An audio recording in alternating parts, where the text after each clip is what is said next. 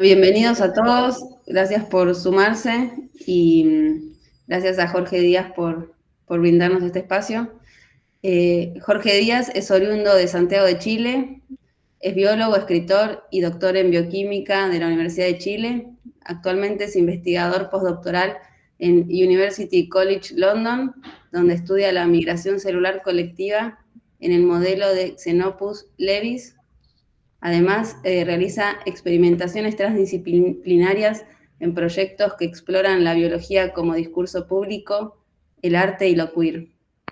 Algunos de sus libros publicados son Ojos que no ven, Emancipar la lágrima y Microscopio invertido. Muchas gracias, Jorge, por tu tiempo y te dejo la palabra. Gracias por la invitación y gracias a todas las personas que están conectadas a este seminario en este doctorado de artes y tecnoestéticas. Les hablo desde Londres, estoy en UCL, University College London. Estoy en un salón de microscopios, no sé si se ve de fondo, hay como unos microscopios.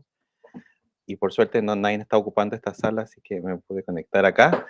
Les hablo desde el edificio donde vivía Charles Darwin y en el área de Bloomsbury Area, que es el área donde vivía Virginia Woolf. Entonces estamos aquí entre estos iconos del conocimiento inglés y también con sus particularidades dentro de la biología y del feminismo, de un modo que me parece súper importante e interesante discutirlo hoy, como la biología para mí, además de ser un espacio de formación y de producción de conocimiento, también es un espacio para pensar metáforas que nos vinculen con lo social.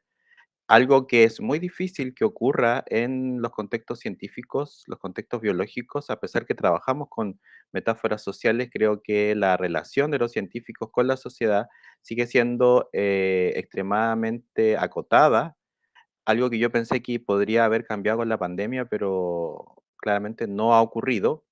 Y yo creo que también tiene que ver, después podemos conversarlo, y tiene que ver también con la misma, con la misma forma en la cual se produce la ciencia hoy, que es una forma muy capitalista y muy cerrada a ciertos círculos que compartimos cierto vocabulario, y que este vocabulario nos ayuda a profundizar en ciertos temas, pero también al mismo tiempo nos separa, inclusive dentro de nosotros, nosotras y nosotros mismos dentro de la ciencia.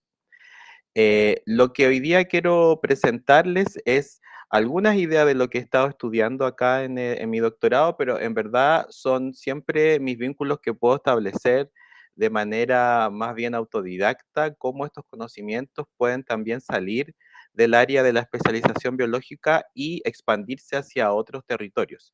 Y cómo también para mí la biología siempre ha sido una fuente, un recurso, un lugar lleno de metáforas y de ideas para entendernos en sociedad. Voy a presentar algunas ideas, voy a ir leyendo algunas partes y otras partes voy a presentar imágenes. Espero que sea más o menos media hora, no, espero no pasarme de eso, pero también voy a estar muy atente y agradecida si tienen algún comentario o ideas que podamos hablar hacia el final, así que espero tener un poco de tiempo ahí para que podamos discutir sobre cómo se recepciona, cómo ven estos vínculos que estoy tratando de hacer, que no siempre están completamente cerrados, no completamente hilados, sino que es una práctica como lo mismo que vamos a hablar, anfibia, una práctica que se mueve dentro de distintos territorios. Te voy a compartir la pantalla y me gustaría saber, ¿me puedes decir si se ve bien? Que ya dejo de verlos y escucharlo, pero escucho. Sí, sí, se ve bien. Genial. Entonces, hoy día quiero compartir con ustedes cómo mi trayectoria en la biología y mi activismo de disidencia sexual convergen en el estudio de los modelos anfibios, en particular en la migración celular de los embriones de la rana. Esta investigación no solo aborda aspectos biológicos, sino que también implicaciones sociales y culturales que me gustaría compartir con ustedes. Aquí, esta primera diapositiva solamente mezcla todas las imágenes o algunas de las imágenes que yo he podido ir recogiendo en mi experiencia aquí en Londres, desde la calle, desde las imágenes sociales y culturales, y también algo que me ha llamado mucho la atención, algo de lo cual yo no era consciente en su momento, es toda también un movimiento que hay a partir del tema de los anfibios, particularmente de las ranas, que han sido utilizadas mucho como imagen de las personas no binarias. De hecho, hay un hashtag que siempre veo que es No Gender Only Frog, y ha sido muy interesante también cómo puedo entender estos vínculos relacionados a lo anfibio. Siempre he estudiado la migración celular en el área de la biología, es decir, entender cómo se mueven las células, qué es lo que lleva a las células a moverse y cuáles son las estructuras que ellas utilizan para moverse. La migración como fenómeno biológico es un fenómeno que es muy interesante porque todas nuestras células en el cuerpo y en la naturaleza siempre están moviéndose. Siempre lo he hecho a partir de estudios en Chile particularmente, que fue mi anterior lugar donde hacía mis investigaciones, en el área de cáncer, porque es un área muy interesante para estudiar la migración, sobre todo, por ejemplo, la metástasis. Sabemos que una persona puede tener un tumor en un área de su cuerpo y ese tumor después puede diseminarse, hacer metástasis, que también es un concepto que se utiliza harto en las ciencias sociales y en el arte, la idea de metástasis del movimiento, y es un modelo muy interesante. Como les digo, un punto aparte, yo no los veo, ni las veo, ni les veo ahora, solo veo mi presentación, porque estoy a pantalla completa, entonces si alguien tiene algún comentario, o no se está viendo, o no pasa algo, pueden, con su micrófono, decirme, porque yo no voy a saber nada, hasta que termine de presentar esto.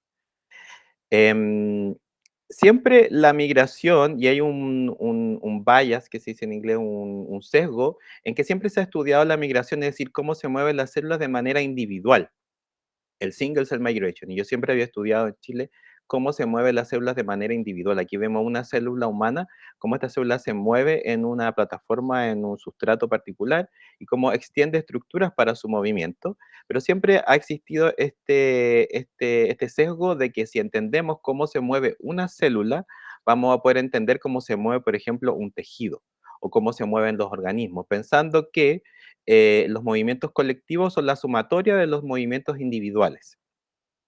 Sin embargo, esto no es cierto y aquí en este postdoc me di cuenta que existen procesos de migración celular colectiva, es decir, que las células al moverse de manera agrupada, en clúster, como la gran mayoría de las células se mueven en el cuerpo y en el desarrollo, estas células siempre se mueven de una manera colectiva y utilizan otras estrategias para moverse de manera colectiva. Es decir, una célula moviéndose individualmente es muy distinto sus estructuras, sus transducciones de señales, las moléculas que utiliza, a cuando se mueven de manera colectiva.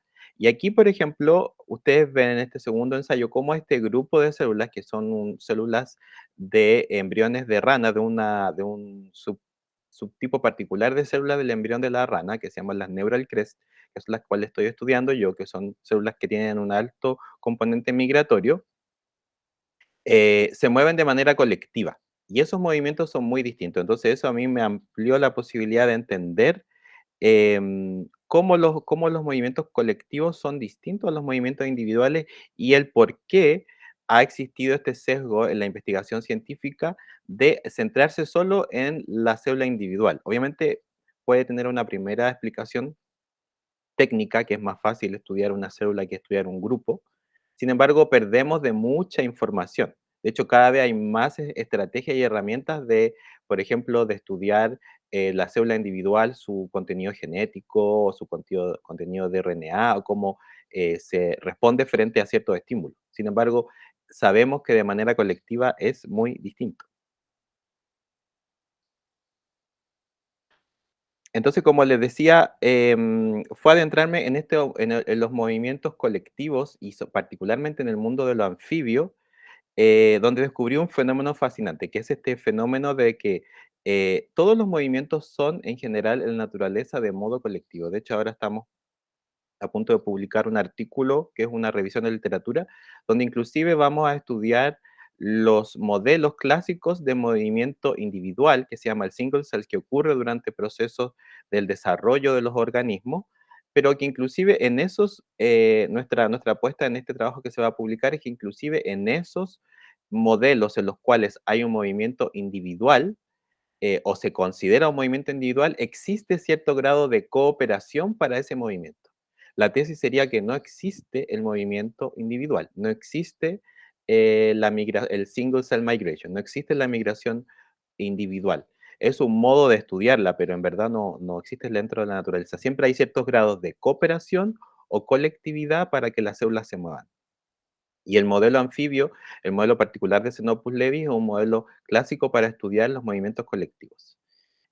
Cuando yo estaba en Chile, trabajaba tratando de hacer este vínculo entre el mundo biológico, el mundo social y las disidencias sexuales. Yo soy un biólogo queer y aquí solamente pongo un librito que fue el último que publiqué, que se llama Microscopio Invertido, porque yo he trabajado muchas veces con microscopios invertidos, que es un tecnicismo para decir desde dónde viene la fuente de la luz.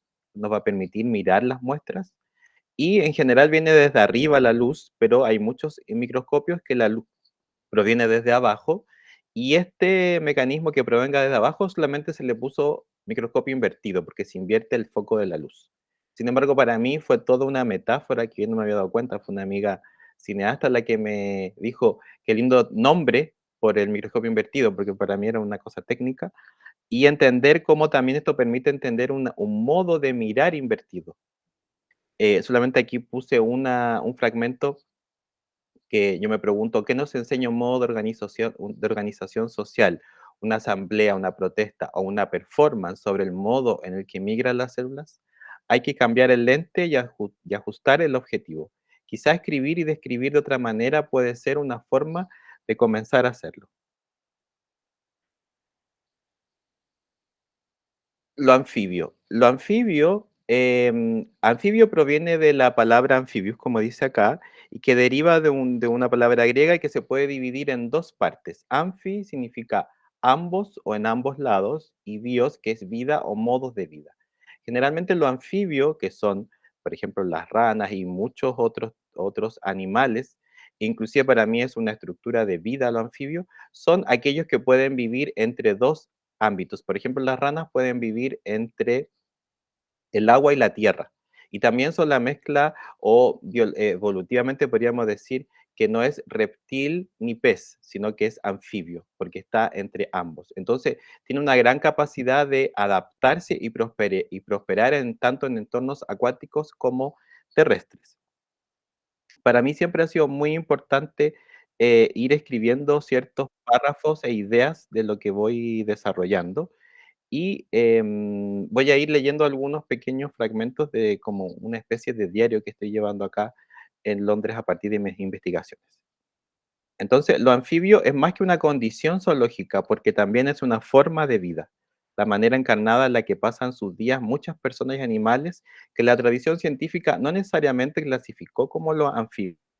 Vivir entre mundos, entre el mar y la tierra, ser reptil y pez al mismo tiempo, de aquí y de allá, entre los abismos, como las ranas, es algo habitual en muchas especies. La estabilidad es un privilegio de algunos o quizás es la tradición lo que nos hace pensar que la estabilidad es un lugar común. En este tiempo, mi acercamiento al mundo anfibio se intensificó porque trabajo con los huevos de las ranas para entender los movimientos celulares, pero también porque me he dado cuenta que lo anfibio involucra toda una epistemología de investigación. En lo anfibio he encontrado un lugar que explique mi realidad de biólogo disidente sexual en los laboratorios de investigación, donde si bien estoy, no logro pertenecer completamente. Vivir entre mundos también tiene sus costos. Cecilia Ibarra, una investigadora chilena de la tecnología, nos hablaba, anduvo hace poco, por el año pasado, perdón, anduvo en Londres y conversé con ella y me hablaba acerca de los estudios sociales de la ciencia y que están particularmente interesados ahora en hablar de los hombres o investigar a los hombres rana que trabajan en muchas costas del país en labores de recolección y mantenimiento del sistema de pesca. Bajar al mar tiene consecuencias en los cuerpos de estas personas por la presión. aumenta el tamaño del corazón y el estrés sobre los órganos de estos hombres rana es muy intenso. Se ha regulado las horas que pueden trabajar estas personas bajo el mar, pero estas labores son muy mal remuneradas y los trabajadores tratan de estar el mayor tiempo bajo el mar para mejorar su salario hasta que sus cuerpos en general colapsan y mueren. A nadie parece importarle las vidas bajo el mar, porque no se ven. Las muertes anfibias de personas que trabajan bajo el mar pero que viven en la tierra. Es triste ver cómo la explotación de los cuerpos de los trabajadores desaparece sin ningún tipo de justicia social y que sus muertes quedan en completo olvido. Lo anfibio es un lugar desde el que hacer reparación a todos quienes viven entre mundos, a quienes respiran por la piel, a sus modos de vivir y también a sus tristes formas de morir. ¿Por qué trabajar con Xenopus y trabajar con los huevos de las ranas? Por ejemplo, aquí les muestro un video en el cual se ve cómo estas células comienzan a dividirse. Estos son huevos de rana, comienzan a dividirse y a formar estructuras particulares que van a dar como origen a un organismo completo. Esta es la gran pregunta de la biología del desarrollo, cómo a partir de una célula se genera un organismo completo. Ha sido súper interesante porque estos modelos, si se dan cuenta, todos estos cambios siempre tienen que ver con movimientos. Todos estos cambios son movimientos y estructuras hay fuerzas ahí involucradas que permiten que estas células se muevan y generen estructuras completas. Entonces es un modelo ideal y muy utilizado para estudiar los movimientos dentro del cuerpo. Es interesante, por ejemplo, también cómo el modelo anfibio nos permite entender muchas otras situaciones.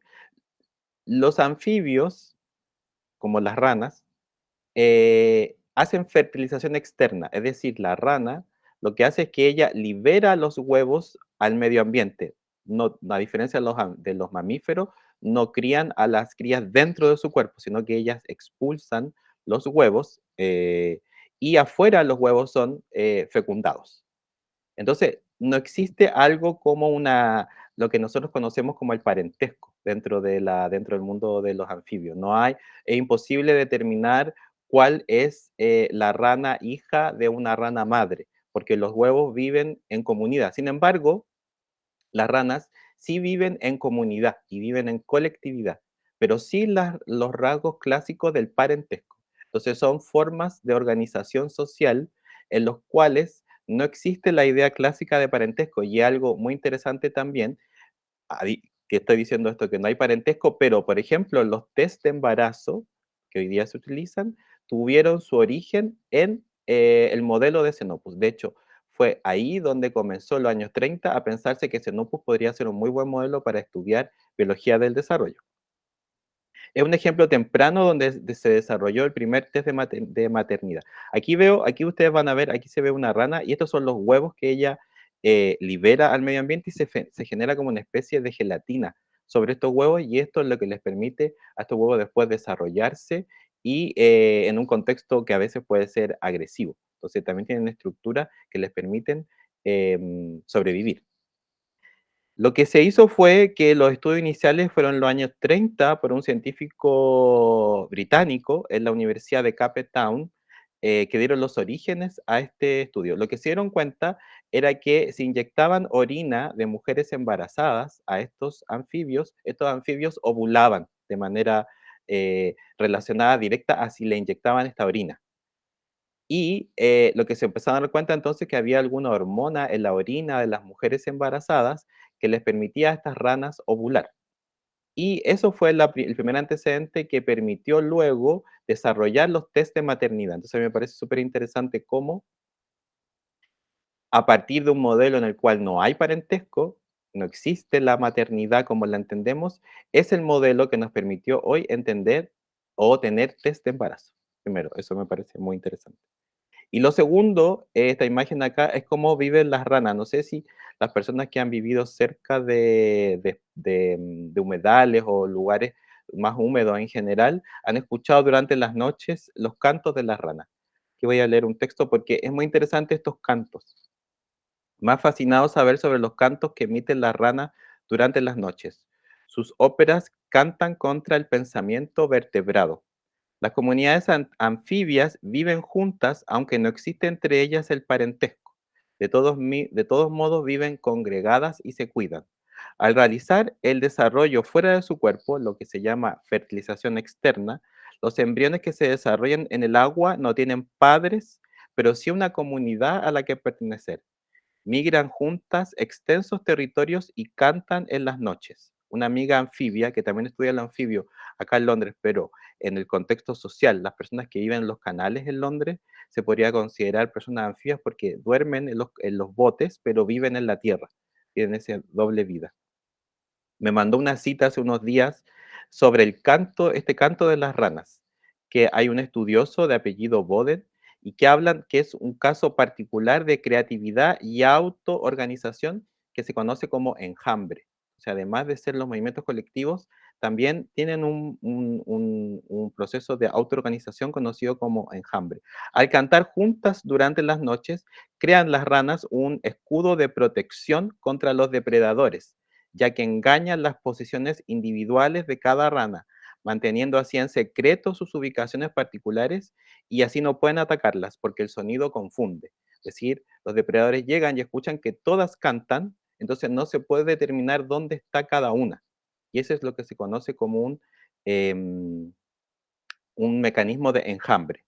Todo se basa en la sincronía que hay entre ellas al cantar, una sincronía continua y comunitaria que pende de un hilo, puesto que si se descoordina la comunicación, si el canto ya no sigue esa comunicación, esa coordinación, se puede saber más fácil para los depredadores dónde está esa rana.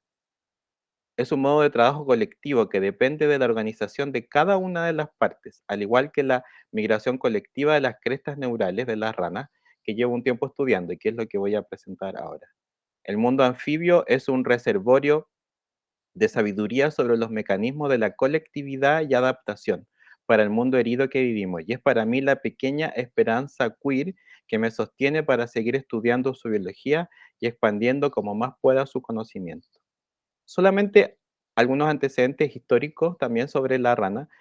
El siglo pasado, dos de los grandes descubrimientos fue la clonación y el genoma humano.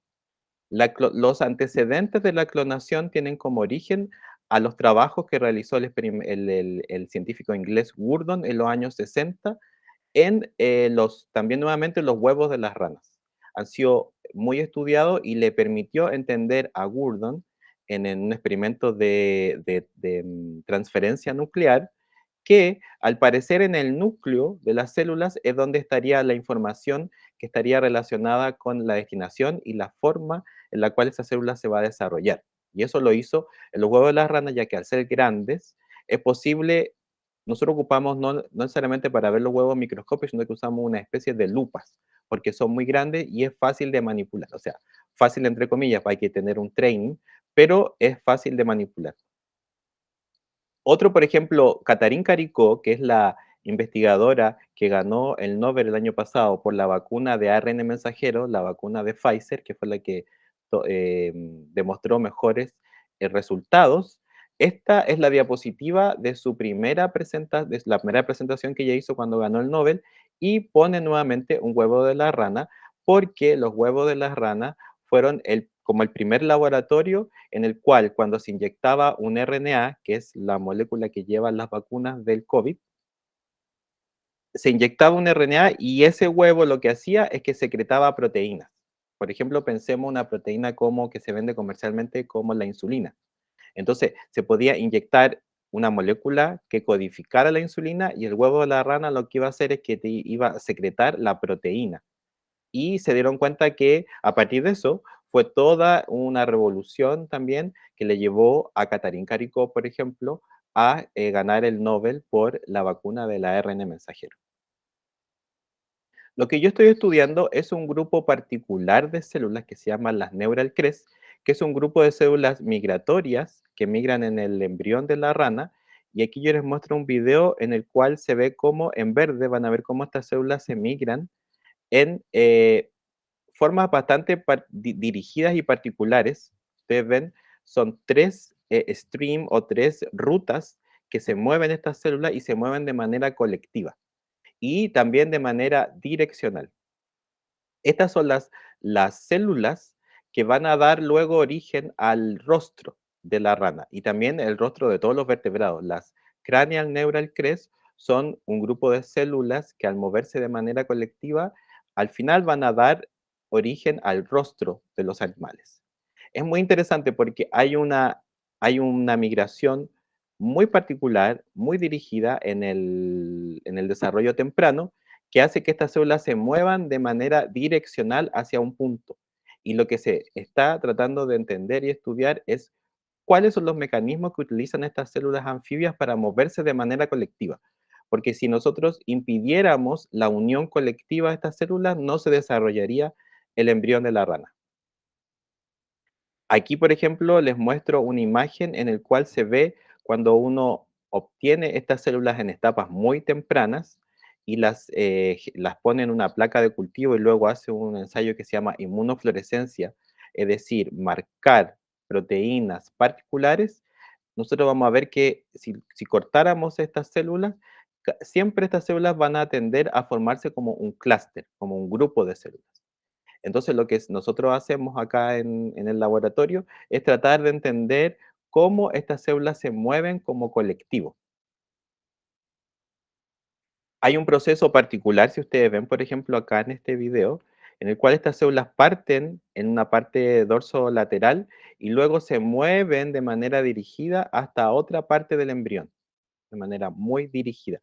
Lo que se sabe es que al parecer hay ciertas células que atraen a este colectivo y ese proceso es un proceso que se denomina quimiotaxis. La quimiotaxis es el proceso por el cual las células se mueven hacia una gradiente de un químico particular. En nuestro cuerpo ocurre mucha quimiotaxis, es decir, hay células que van liberando algunas moléculas y esa es una señal para que células de otra parte del cuerpo se muevan hacia ese sector. El punto es que generalmente la quimiotaxis ha sido estudiada de manera individual, cómo las células se mueven de manera individual hacia una fuente química particular. Y aquí nosotros tenemos que entender cómo hace este grupo de células para que se mantenga como grupo y migre hacia un quimioatractante particular, porque después les voy a mostrar otra idea particular de esto. Aquí, por ejemplo, también podemos ver otro clúster de las células de la neural crest. Yo me pregunto, ¿por qué esas células, ese clúster de células, se resiste a separarse? ¿Hacia dónde se irían si se separan? ¿Cuáles son las fuerzas que las mantienen unidas? ¿Qué mecanismos tienen que generar para mantenerse juntas? ¿Cómo se pierde la individualidad y se deviene en colectivo? ¿Por qué hay una pretensión de estudiar las células como entidades únicas y singulares?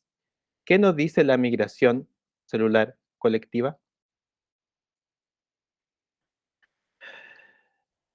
Lo que más me apasiona es qué nos pueden decir estos movimientos celulares, estas estéticas y estas historias del mundo. Cómo se construye toda una forma de mirar y cómo es posible dedicar una vida completa a mirar bajo un microscopio para contar una pequeña historia de la escala natural. Se dice que la biología es la más filosófica de las ciencias. También es un trabajo, irónicamente digo, religioso, porque es mucho trabajo y hay que ser muy constante para obtener algún resultado.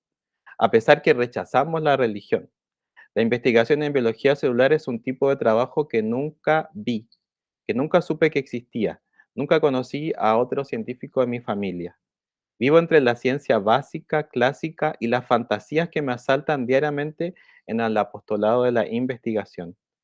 En sentir que no encajo en esta vida ni con esta gente, pero que igual hay que seguir aprendiendo, porque las personas queer nunca vamos a encajar. Vivir entre mundos es nuestro mundo. Pienso que, a diferencia de lo que siempre me dijeron, nuestra misión no es escribir paper, ni crear una nueva teoría, sino que nuestra misión es hacer poesía con la biología. Esa es la teoría. Sin poesía no tiene sentido hacer biología. Y aquí entonces vemos cómo este grupo de células se mueve de manera colectiva. Entonces ha sido súper interesante entender ¿Cómo ocurre este proceso? Aquí les presento un trabajo de manera más in vitro, en el cual en esta pelotita lo que hacemos es que le ponemos el químico que debería atraer a este grupo de células y vemos cómo estas células se mueven de manera colectiva hacia allá y empezamos a estudiar las fuerzas que existen dentro de ellas para moverse, cómo se organiza el colectivo, cuáles son las estructuras que les permiten moverse tan direccionalmente hacia ese químico. Sin embargo, por ejemplo, si estas células yo las pongo en la placa de cultivo, pero no le pongo este químico, estas células lo que va a ocurrir, como se ve en esta imagen, es que se van a dispersar. Si a este mismo grupo de células no le pongo un químico particular, el clúster se disuelve.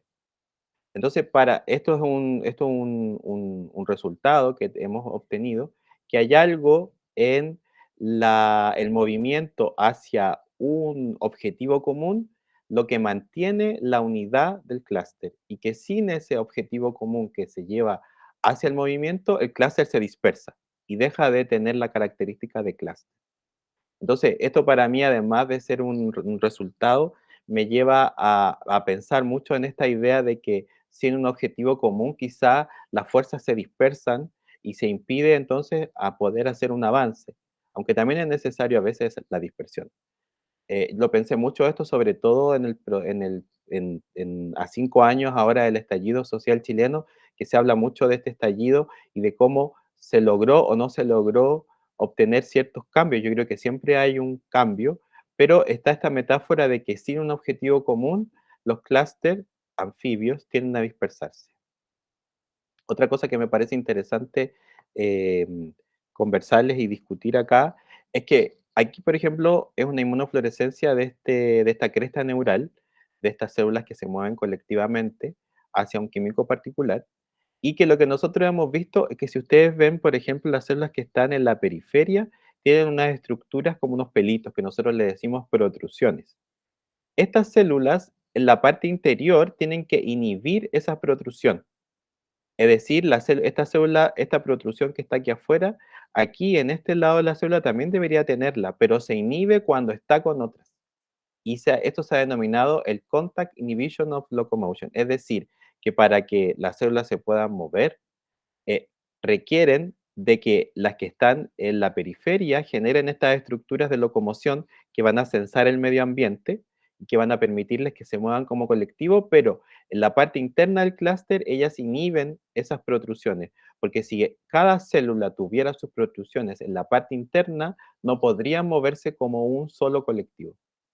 Otra cosa que también es muy interesante en estos grupos de Neural Crest, de la cresta neural, es que no hay jerarquías. Es decir, lo que hemos visto es que esta célula que está acá, por ejemplo, en esta parte del clúster, no siempre es célula líder o no siempre está en la periferia, porque estas células tienen la capacidad de moverse hacia adentro y luego las que están adentro ocupar el espacio de la que está afuera. Es decir, también en las crestas neurales del modelo de Xenopus levis, del modelo de la rana, no hay jerarquías dentro de la estructura del clúster. Es decir, una célula puede estar en la periferia, pero después puede estar en la parte interna, o puede estar en el frente de avance o en la parte de atrás del clúster. Y en ambos casos, en todos los casos que he mencionado, ellas se van moviendo y van rotando. No tienen un lugar específico. Y de hecho, se hacen estudios en los cuales se ve cómo se mueve esa célula. Y aquí, por ejemplo, al entrar esta célula, inhibe esta protrusión, se retrae, y la célula que sale activa esa protrusión y se genera. Entonces, además de moverse de manera colectiva, inhiben sus protrusiones y no hay jerarquía dentro de estos clústeres de uniones. Y también a mí siempre me llama mucho la atención que además de ser una característica biológica, decir yo puedo mirar estas células, estudiar sus protrusiones, yo aquí estudio el área de estas protrusiones, estudio las moléculas que están adentro. Siempre me pareció que es muy fascinante también la belleza de estas imágenes, la belleza de estas imágenes biológicas que muchas veces quedan solamente para la visión de los científicos, que somos quienes los utilizamos, las cuantificamos, y a veces, muchas veces esto después se transforma en un gráfico. Y a veces se publican los papers el gráfico, no la imagen.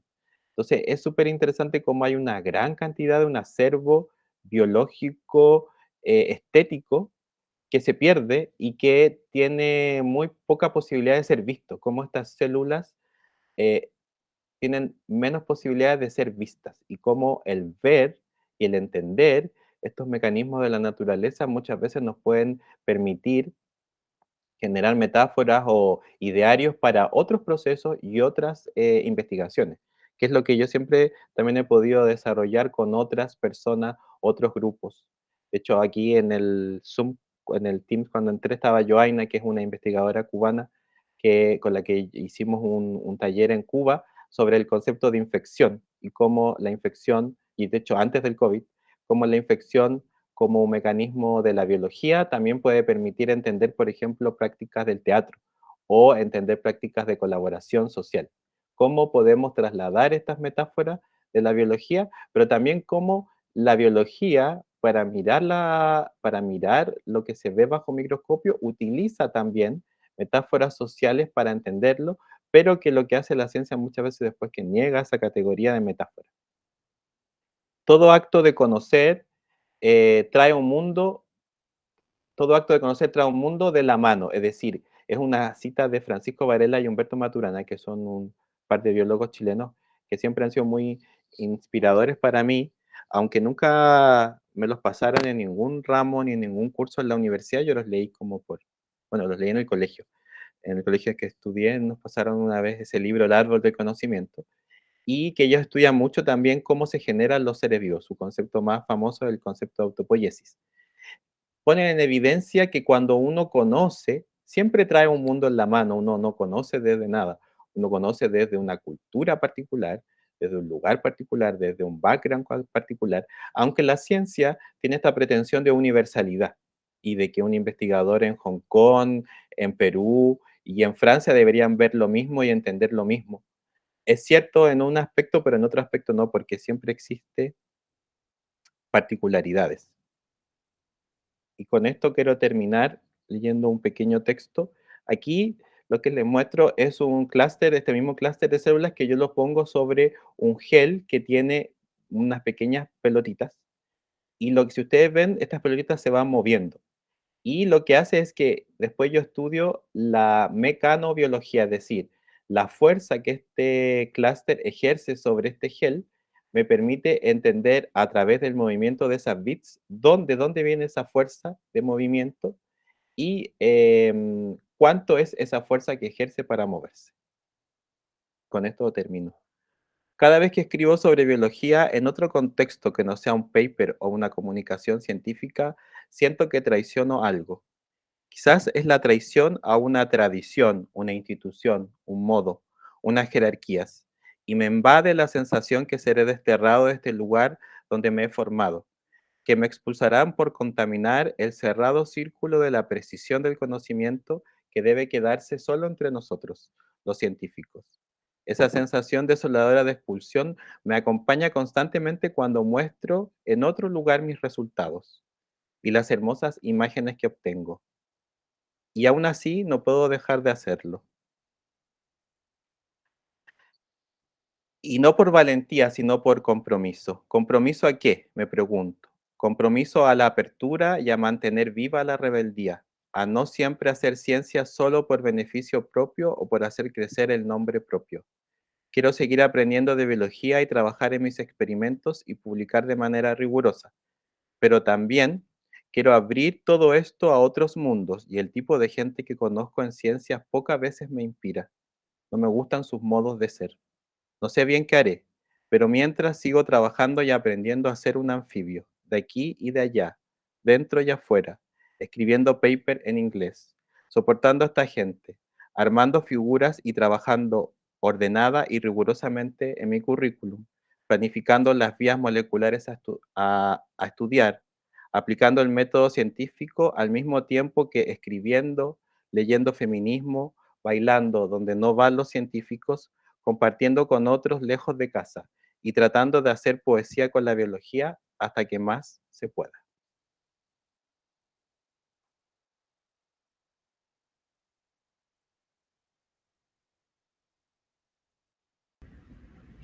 Muchas gracias, Jorge.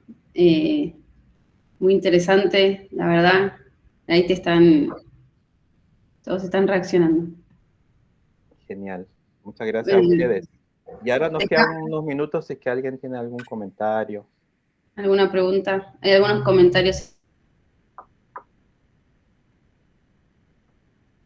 En definitiva, para mí siempre esto de los anfibios, yo en Chile trabajaba mucho con los grupos queer y hice activismo queer por muchos años, como que los anfibios ha sido como una gran metáfora que me ha permitido inclusive más allá de lo queer, entender este espacio liminal entre el adentro y el afuera, entre adaptarse a distintos mundos, y cómo la misma naturaleza siempre nos enseña que nada es estable y que nada es binario, finalmente.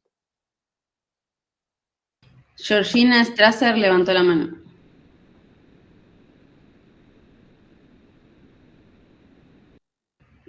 ¿Podés abrir tu micrófono y...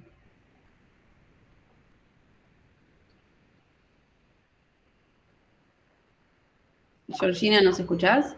Hola. Sí, perfecto, espero que me oigan bien. Buen día, saludos desde San Luis, el interior de acá, más cerquita de Chile que de Buenos Aires. Un gusto, Jorge, escucharte, conocer tu trabajo.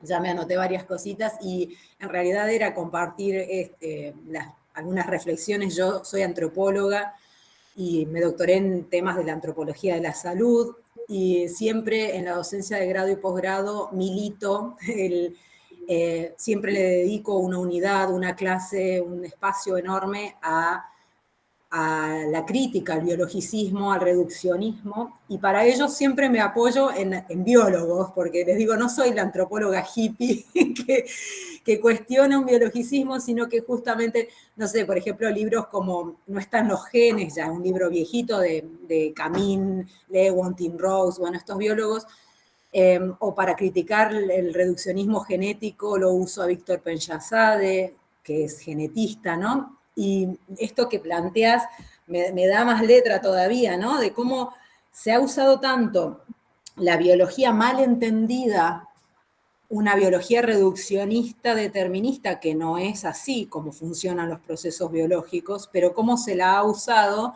para justificar, por eso aparecen una y otra vez estas pseudociencias, ¿no? Para justificar aspectos de la vida social humana, del comportamiento social, pero que, como dicen esos biólogos, no es solamente una mala aplicación de la biología a los fenómenos humanos, sino que es una manera errada de entender la biología en sí misma. Entonces, siempre estoy atenta a estos cruces, a estas reflexiones, y me ha enriquecido muchísimo escucharte y bueno, eso, decirte eso. Gracias, muchas gracias por tus palabras. Y es cierto, y me tomo de tus palabras también para reforzar una idea que ahí me pareció súper interesante, que es la distinción un poco entre biología y biologicismo, que muchas veces esta idea del biologicismo como un determinismo es una de las ideas que se ha generado más fuertemente y que también causa escozor en las áreas más humanistas o filosóficas porque se tiende a descartar la biología por ser un espacio demasiado lineal y demasiado relacionado de una manera muy biologicista. Y eso ha impedido también generar un diálogo. Pero yo también, haciendo una autocrítica, creo que tenemos mucha responsabilidad también los científicos, las científicas, las científicas, de no aclarar estas diferencias entre biología y biologicismo. Y eso ha generado también esferas de separación que me parece que son súper nocivas y negativas para la producción misma del conocimiento, porque nos perdemos de entender desde otros modos y de otras disciplinas fenómenos que quizá están cruzados. O sea, la ciencia social, las ciencias naturales, el arte, y todas las disciplinas convergen siempre y a veces es tan difícil entender esta convergencia por las mismas formas de educación que no hemos tenido. Para mí, estas formas de dialogar o de encontrar otro espacio ha sido principalmente por mi realidad de disidente sexual que me hizo asociarme con otros y con otras en Chile y autoformarme en este conocimiento de la biología, cómo puede moverse dentro de los espacios, pero no es algo que se entregue dentro de las áreas. De hecho, hace poco un compañero hablaba acerca de una clase que iba a ser un científico acá sobre biología y filosofía. Y a mí me llama mucho la atención porque todo el mundo estaba muy intrigado de cómo podía haber un vínculo entre biología y filosofía. Y que la gente sienta que no hay un vínculo es preocupante. Y que sea algo normal que nosotros entendamos que es difícil entender un vínculo entre, por ejemplo, filosofía y biología, a mí me pareció súper como sintomático de un tiempo.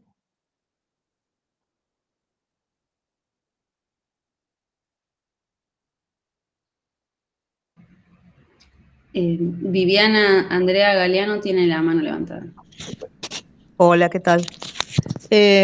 Bueno, yo desde Buenos Aires soy socióloga y estoy estudiando la maestría en antropología de la Flaxo en este momento. Pero quería quizás compartir más que nada esta idea que vos planteaste desde lo queer, porque la biología también se utiliza justamente para decir existen solamente dos categorías con respecto a la sexualidad humana. Bueno, de hecho en Argentina tenemos un ministro que dijo eso hace poco. Y pareciera, digamos, que ese discurso científico, con muchísimas comillas, es el discurso, digamos, científico en el sentido científico igual verdad, que creo que, bueno, supongo que los que estamos en este taller hoy seguramente podríamos rápidamente refutar al ministro, pero digo, me parece que muchas veces se mal usa la biología para decir cosas que estrictamente no tienen que ver con la biología. Gracias. Muchísimas gracias por tu presentación. Gracias a ti. Y es muy cierto lo que tú dices, y de hecho hace poco, la semana pasada, antepasada, participé de un encuentro en Chile, también online, la UDP, y de hecho había muchas, de hecho las principales organizadoras eran investigadoras argentinas que ahora están en Chile, y era acerca del vínculo entre neurociencias y género. Y también se discutió mucho esto de las categorías de la diferencia sexual, y es súper interesante porque al mismo tiempo que siguen estos discursos, de hecho en Chile también pasó hace poco, que un profesor de la Facultad de Biología de la Universidad de Valparaíso dijo a propósito del tema del cambio de sexo y la ley de identidades trans, que siempre están, que existe en Chile, pero siempre penden de un hilo, siempre pueden ser modificadas y siempre que este profesor de biología dijo, yo tengo ciertos cromosomas y eso me hace ser varón, y eso, por más reflexión colectiva, individual, filosófica, no va a cambiar como una realidad directa entre un cromosoma y un género.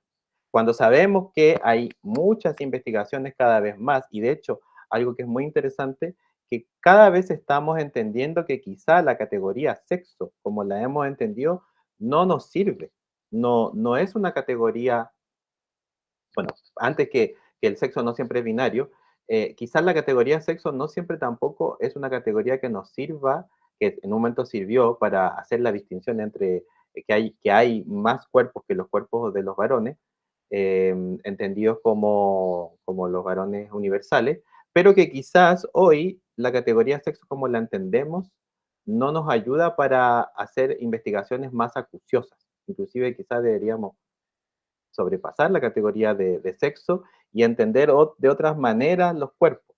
Aquí también yo, por ejemplo, he aprendido que cuando llegué, estos son los modelos clásicos del desarrollo, que son los que dieron origen a los estudios, por ejemplo, de la genética, de la clonación.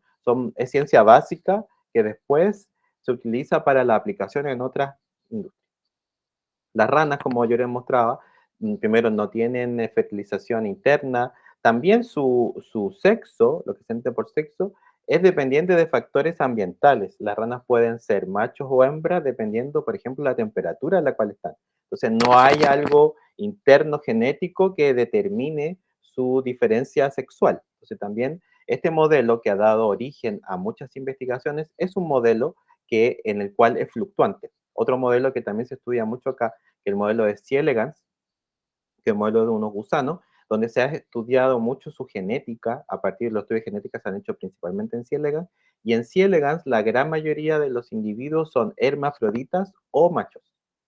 Entonces, y otro modelo también que se estudia mucho en este building de UCL es el modelo del zebrafish, del pez cebra, que es un modelo muy clásico también de la biología del desarrollo, y los pez cebra no tienen dimorfismo sexual aparente. Yo tuve que hacer un curso cuando llegué sobre pez cebra, sobre estos modelos, para una institución de acá, y uno de los talleres de recuerdo del pez cebra era distinguir cuál era el macho de la hembra en estos peces, y no tienen dimorfismo sexual. Es imposible distinguirlos de manera física, no se puede ver. Entonces, tanto el frog, la rana, el pez cebra y el C. elegans, que son tres de los más clásicos modelos de la biología del desarrollo, que nos han permitido avances en la ciencia de manera muy profunda, son modelos no binarios. Son modelos en los cuales la diferencia del sexo no es clara. No es clara como lo entendemos dentro de la lógica antropocéntrica. Entonces, como que la naturaleza misma nos dice que la diferencia sexual no es el eje conductor de la vida en sociedad, no es el eje conductor más interesante, y de hecho también más estudios que ahora se está estableciendo el concepto de el sex contextualism, es decir, que el sexo se entiende dentro de un contexto determinado, y que a veces la categoría de sexo, que esa es una discusión que se está dando cada vez más, no es, no es una categoría quizá válida. Quizás yo puedo mandarle algunas investigaciones, pero hay unos ejemplos particulares en los cuales la diferencia sexual no es la característica básica, porque al mismo tiempo que era importante en un momento distinguir la diferencia sexual, es muy como similar al feminismo, que en un momento era muy importante que existieran las mujeres, pero también se dieron cuenta que dentro de la categoría mujer es una categoría muy amplia y que existen en verdad las mujeres, no hay una mujer, sino que hay las mujeres, como en todas estas discusiones del feminismo, la diferencia, la igualdad.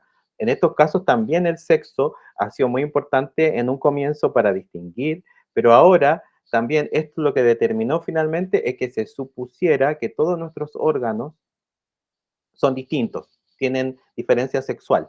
Entonces, por eso habría entonces un cerebro masculino y un cerebro femenino, que tendría como efecto que las mujeres fueran buenas en ciertos aspectos y los hombres en otros. Entonces ahí se ha ido determinando que no todo nuestro.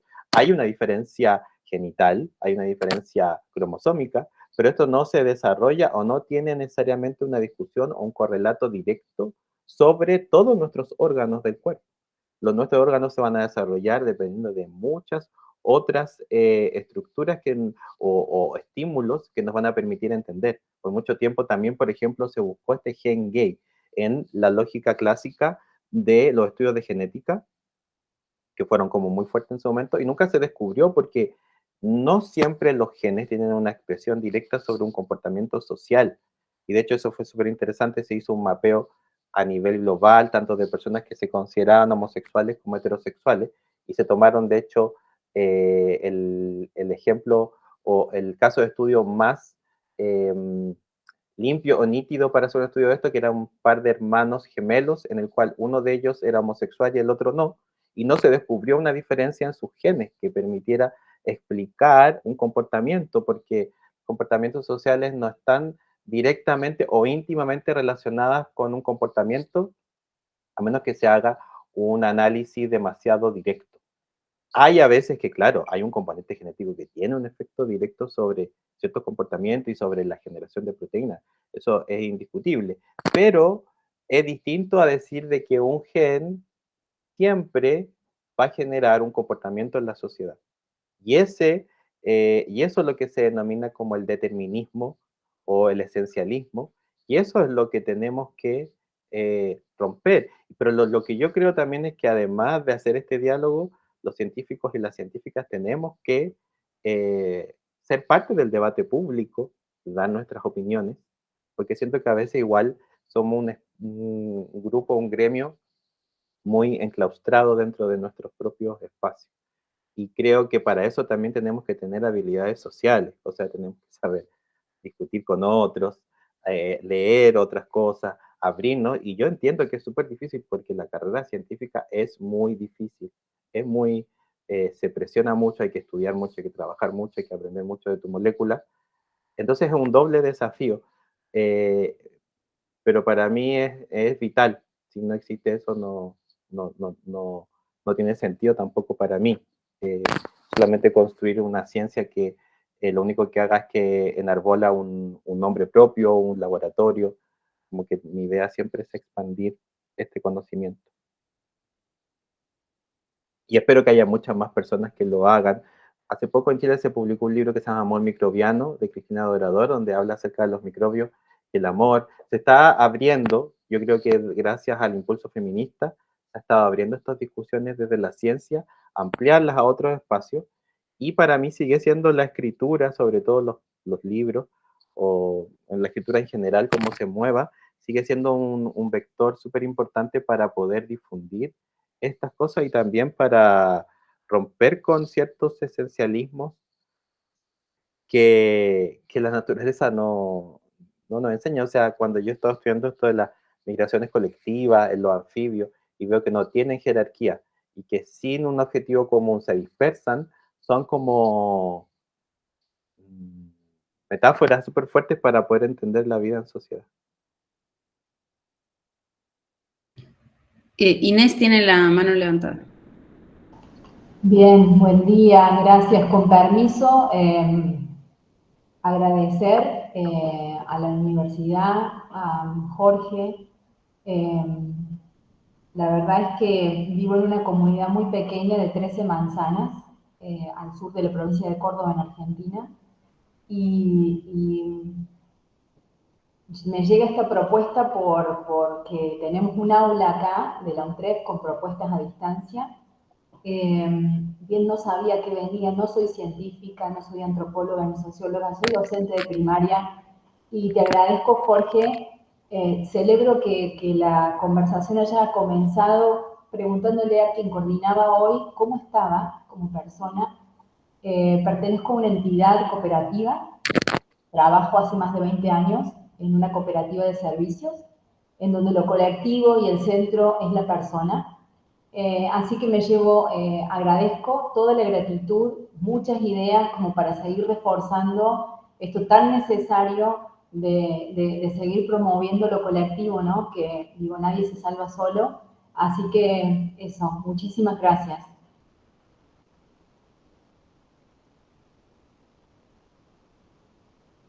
Gracias a ti, y qué bueno poder llegar con estas tecnologías que a veces son un poco, bueno, es difícil el trabajo online, pero permite algo de lo muy positivo que yo siento que tiene, permite encontrarse en distintas geografías y espacios y poder transmitir estas ideas que para mí siempre son ideas libres, o sea, el conocimiento tiene que liberarse. Creo que todavía también una de las cosas que necesitamos repensar es este capitalismo académico en el cual el conocimiento sigue estando súper enclaustrado, súper cerrado, súper en los papers, que la gente tiene que, de hecho la gente tiene que pagar para poder bajar un paper y leerlo, cuando es algo que nunca lo he entendido eso muy bien, que es en general el conocimiento que se produce con platas públicas, pero después lo que nosotros devolvemos, que es los papers, eh, los toman revistas que cobran para que ese material se difunda. Todavía no entiendo, o sea, creo que lo entiendo, pero me parece que no tiene sentido por el mundo que vivimos. Johaina. Bueno, me quiero sumar al agradecimiento colectivo. Muchas gracias, hermana Jorge. Yo he estado como súper inspirada escuchándote y haciendo muchas conexiones entre esta nueva investigación que estás en el modo anfibio, pero también todo lo que nos compartías en Cuba sobre qué podríamos aprender del virus justo antes que llegara la pandemia y pusiera otras metáforas bélicas que eran las que más circulaban. Tú llegaste con toda una potencia de qué podríamos aprender también, de qué tenían los virus para enseñarnos, y estaban también como muy conectadas. Hago muchas conexiones entre los virus y el modo anfibio que nos estás compartiendo ahora con las ranas, entre ese adentro y este afuera, entre lo no binario. Estaba súper inspirada viéndote como en otro terreno, pero resonando mucho con, yo diría como con un gesto de investigador, investigadores queer, y eso me emocionó mucho. Pero quería sobre todo como escucharte un poco, hablar más, porque de todo lo que compartiste, que para mí es súper inspirador. Yo soy teatróloga de Cuba y estoy ahora viviendo en Montreal. Yo me quedé como muy afectada con la figura del enjambre, porque justo ahora estoy aquí en Montreal en una experiencia coral con colombianas y colombianos que han encontrado como en el canto una manera de lidiar un poco diferencias. Son personas también que están en un contexto migratorio asociado al conflicto en Colombia, y para mí era súper hermoso esto que compartías del canto como un escudo de protección, y también del enjambre como en la armonía o en la capacidad de cantar juntos estaba también una manera como de proteger la vida. Entonces eso me emocionó mucho y la conecté mucho con este proceso que estoy viviendo acá. Yo que nunca he cantado y que nunca sabía que podía cantar, de pronto ahora estoy cantando, pero en una experiencia coral, que es muy diferente de cantar solitario. Entonces te quería preguntar y escuchar un poco más sobre esta figura del enjambre, que me parece súper potente, como metáfora también, sacándola del espacio biológico y trayéndola también a lo social. Sí, eso ha sido súper inspirador, también estoy investigándolo, pero a mí siempre me resonó de cuando llegué acá y empecé a preguntar, la gente no sabía, pero empecé a preguntar por qué se utiliza, o cuándo la rana comenzó a ser un modelo tan importante del estudio de la biología del desarrollo, que hay explicaciones que tienen que ver con la materialidad del trabajo. Además, por ejemplo, la gracia del modelo, cuando yo trabajaba antes con células de cáncer, uno de los problemas principales que hay con las células del cáncer es que en general, como son células que tienen que mantenerse para estudiarlas a la temperatura del cuerpo, que son 37 grados, y en un modelo muy como aséptico, porque tienden a contaminarse. Y si se contamina la célula, es casi imposible estudiarla. Sin embargo, las células de las ranas, de los huevos de las ranas, como ellas en general están en la naturaleza y tienen esta estructura, ellas nunca se contaminan, uno las puede trabajar sin tener que un nivel de asepsia o de limpieza, porque nunca se van a contaminar, tienen estructuras propias de antimicrobianas. Entonces también era muy interesante. Y además también que en general funcionan en un rango de temperatura, entonces no se requiere tampoco tener una calefacción particular, porque las ranas viven en un rango de 14 a 30 grados, entonces uno puede trabajarlas en distintos ambientes. Pero para mí ha sido súper interesante, primero, ¿por qué viven en colectivo? Pero sin la estructura del parentesco, porque es imposible, yo pensaba una vez, es posible saber quién es la hija de la rana dentro de un grupo, no se puede saber, pero aún así son mecanismos de crianza colectiva, porque las ranas viven juntas también. Y además y también otra cosa que es muy interesante que no lo dije, también han sido utilizadas por los estudios ambientales como marcadores de toxicidad. Porque, por ejemplo, si hay un lugar que es húmedo y no hay ranas, y están todas las características que están dadas, y no hay ranas ahí, según la estructura de la humedad, de la temperatura, del lugar, es porque ese lugar tiene algo tóxico, y ellas no se van a mover hacia ese lugar. Entonces, las ranas también son marcadores, es decir, si uno va a un lugar y encuentra ranas, significa que ese lugar está, entre comillas, sano, porque ellas no van a vivir en un lugar en el cual no esté sano. De hecho, ellas se mueven también colectivamente en grupos, dependiendo de las estaciones del año. Siempre en colectivo, pero no teniendo estas estructuras clásicas del parentesco. Frente a esto, y además entender que los movimientos que ocurren dentro de ellas son movimientos colectivos y son los clásicos movimientos de la biología del desarrollo, como que se vio haciendo más la idea esta de cómo la colectividad es la posibilidad de entender los mecanismos de movimiento. Y algo que la gente siempre hablaba, que yo también hice un trabajo con una chica fotógrafa que vive en Valdivia, en el sur de Chile, donde también hay una gran cantidad de ranas y que también pues, hicimos un diálogo que se publicó.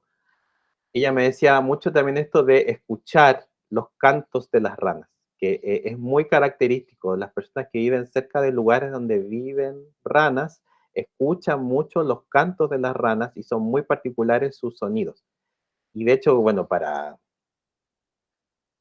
no sé, yo siento que todo también de alguna manera se va vinculando, porque yo cuando llegué a Londres me fui a vivir, encontré un lugar donde vivo acá, que yo vivo en un sector que se llama Finchley Road and Frognall. Y Frognall es como, la traducción sería como ranero, porque empecé a averiguar que donde yo vivo previamente era un lugar donde había muchas ranas también, y que tuvieron que como sacar un poco de gente para construir las casas, sacar a las ranas, pero ese lugar era también un ranero, el Frognall. Y entonces siempre estaba con esta idea de qué significaba este canto, porque algo quieren decir este canto. Y lo que yo leí ahora, que de personas que están, Boen es el investigador. Hay varios investigadores, de hecho colombianos también, que han estudiado los anfibios, porque estudian los mecanismos de cómo vive la rana en Colombia. Demostró este mecanismo de enjambre, y es porque generalmente las ranas cantan en las noches. Es donde tienen mayor posibilidad de ser atacadas por los depredadores, porque no hay luz. Y en general tiene una baja tasa de depredación. La tasa de depredación es baja y de hecho ya tiene la capacidad también de proliferar muy rápidamente. Y rápidamente pueden convertirse también en plagas. Por eso también hay que tener mucho cuidado con los lugares en los cuales están las ranas. Y este canto tiene que ser al unísono porque yo creo que se entendió esa idea, que era que si solamente canta una rana acá y canta otra rana acá, el depredador va a saber dónde está la rana porque sabe dónde se emite el sonido. En cambio, si cantan colectivamente, eso lo que hace finalmente es que desorienta a todos los animales que quieren atacarlas. Pero si se pierde esa orientación del canto, esa coordinación del canto, esa colectividad, es fácil saber dónde está la posición de cada rana para poder atacarlas. Entonces, es un mecanismo, como tú dices, de sobrevida para estos procesos. Eso es lo que yo he leído y que me pareció como muy impresionante, cómo existen tantas metáforas acerca de la colectividad, pero también, además, que algo que no lo dije al principio, también dentro de organismos y de seres vivos que también generan en la cultura algo negativo, porque yo tenía la idea también hay una película que me acuerdo que una vez vi que se llamaba Magnolia, donde en un momento, me parece que era Magnolia, en un momento llueven ranas, y es como lo peor que puede existir. También siempre pero también una vez, hace poco vi un documental que trajo María Galindo a Londres, que era sobre la revolución puta de las prostitutas en Bolivia, y era súper interesante porque antes de iniciar, en uno de los prostíbulos, antes de iniciar la noche, ellas tienen una deidad que es una rana, y a esa rana le entregaban alcohol, fumaban con la rana, con esta estructura de deidad, porque para ellas también era protección. Entonces, y también mucha gente que a veces ya ha hablado sobre las ranas, como que les da asco también son animales que dan asco. Entonces, me parecía que conviven tantas estructuras e idearios y además son un campo intenso dentro de la biología del desarrollo para el estudio.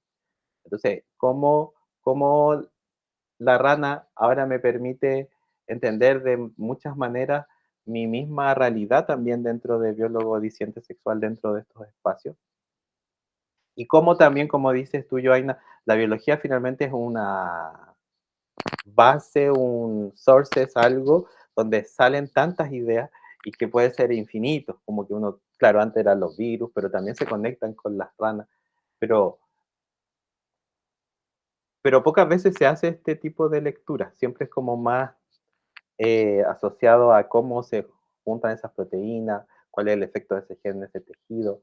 Entonces a mí siempre me ha parecido como muy importante y me parece muy linda esta invitación a este doctorado de arte y tecnociencia, porque también para mí es algo como muy novedoso de hacer este vínculo.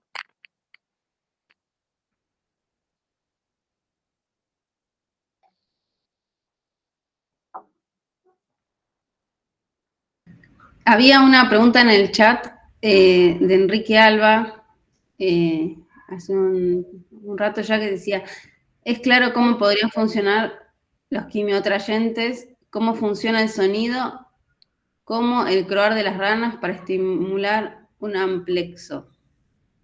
No sé si está Enrique ahí y quiere extender su pregunta.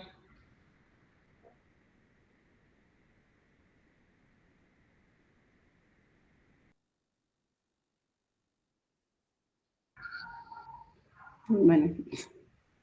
Es súper bonito esto también porque yo presenté en un momento esto del quimio atrayente, que hay una fuente de un químico que hace que las células se muevan hacia ese químico, porque ese químico genera una gradiente, es decir, una cantidad de moléculas que las células sensan y dicen, ya, voy a moverme hacia allá. Pero lo más interesante y lo que se ve ahora es que en verdad esa gradiente cuando uno dice gradiente quiere hablar de una diferencia en concentración, es decir, aquí hay mucho, aquí hay menos y aquí hay mucho menos. Y de hecho, las células, si uno le pone todo el químico de una, aquí, por ejemplo, yo le pongo mucha concentración de un químico, pongo la célula al frente, no se van a mover, porque ellas necesitan sensar una gradiente, necesitan sensar que haya una curva del químico para poder moverse. En el cuerpo tampoco nunca hay un lugar donde se genera toda la molécula y las células se mueven directo hacia ahí, sino que tiene que haber una gradiente del movimiento para que las células tomen esa información y se puedan mover. Y lo que se está demostrando actualmente, que es muy bonito también, es que en verdad las células que están adelante del clúster toman esta molécula y la van degradando. Entonces, son las células las que van generando el gradiente y no es que haya un órgano, la idea clásica, que existía una célula que generaba una gradiente y la otra solamente lo sensaban y se iban a mover, sino que al parecer las células liberan una cantidad de moléculas químicas, pero las mismas células al moverse, como tienen distintas posiciones, van generando las gradientes. Entonces es como una célula toma esto, luego genera una degradación y eso, la que está atrás, sabe que la que está adelante ya lo degradó, entonces ahora le doy la información a la que sigue para que se pueda mover de manera colectiva. Entonces, al parecer es que el mismo grupo genera la gradiente. Y eso es muy bueno también ahora porque vamos a publicar este artículo que es un capítulo, un libro clásico de la biología del desarrollo acá en Inglaterra, en el cual nos pusimos a estudiar, por ejemplo, la formación del ovario en la mosca, que también es otro modelo muy clásico en biología del desarrollo, y es el modelo clásico de single cell. Se supone que las células se mueven individualmente para formar el ovario de la mosca. Bueno, primero, paréntesis, a mí me parece impresionante cómo se sabe tanto de cómo se genera el ovario de una mosca. Es como impresionante los niveles a los que ha llegado la biología de estudiar estos modelos a un nivel impresionante. Y lo que nosotros estamos haciendo es que, a nivel teórico, encontrar mecanismos en los cuales, en verdad, aunque las células se muevan solas, igual una interfiere en el mecanismo de la otra. Y de hecho lo hemos demostrado porque vimos que había unas moléculas que se compartían. Entonces, aunque las células en algunos modelos muy particulares se muevan de manera individual, existe de todos modos una relación de una sobre la otra, es decir, siempre hay un grado de cooperatividad y colectividad para el movimiento. Pero a mí sí me llama la atención, pero esto no sé si se entiende, o sea, lo estudiamos, pero no sé si eso se aplica a la biología, por ejemplo, porque seguimos en la carrera por quién gana el Nobel, quién es el mejor científico. Como que en la ciencia lo más clásico para demostrar que a alguien le va bien es darle un premio, es decir, el mejor. Entonces pero a su vez estamos demostrando que los movimientos tienen que ser colectivos. Si no hay colectividad, no hay movimiento, pero seguimos bajo una lógica capitalista de quién es el mejor científico. Es como algo muy, no sé, esta distinción también fuerte entre mente y cuerpo, entre adentro y afuera, que siento que igual está muy todavía instalada, a pesar de que, pero a mí me parece muy bonito que a pesar de eso, sigamos instalando estas ideas a la sociedad, aunque en verdad la estamos instalando a otros científicos, porque esa es la práctica, lo que yo veo en general. Yo escribo y estudio para otros científicos. Un científico estudia para otro científico. El otro científico estudia para otro científico, para que se genere una red. Pero al menos está esta metáfora de la biología que no se puede ocultar, en que el movimiento, si no es colectivo y coordinado, es imposible que exista. Entonces, ¿cómo podemos aplicarlo a nuestras propias maneras de investigar? Porque inclusive investigando de maneras más clásicas individualistas, podemos demostrar estos fenómenos colectivos. ¿Qué pasaría si además nuestros modos de investigar fueran colaborativos? Creo que se abriría toda una... Y esa es como la gran utopía.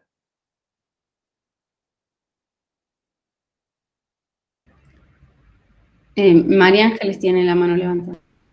Hola a todas, a todos y a todes. Gracias, Jorge. Muchísimas gracias. Muy enriquecedor el encuentro de hoy realmente. Yo soy profesora de danza y bailarina, vengo del ámbito artístico. Me considero un poco anfibia, la verdad, como artista.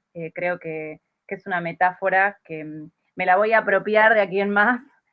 Y quería contar que como docente de danza, yo trabajo con distintas franjas etarias, trabajo mucho con adultos que llegan a mis clases con la expresión, estoy bloqueada, tengo un bloqueo en esta parte del cuerpo, no me puedo mover, no muevo esa parte, ya no la puedo usar, con esas expresiones, y realmente escuchándote me resonó muchísimo porque de a poco por ahí un movimiento ocular simplemente repercute en la punta del dedo gordo del pie. Entonces, si realmente, ¿no?, nos apropiáramos un poco de esto que vos planteás, de que en realidad las células se mueven en enjambre y tenemos un cuerpo que lo que sucede en una parte del cuerpo repercute en la otra, ¿no? Empezar como a desarmar y a deconstruir esta dicotomía que tenemos tan arraigada y esta idea de que vos planteaste recién, este pensamiento que es mente, cuerpo como escindido, ¿no?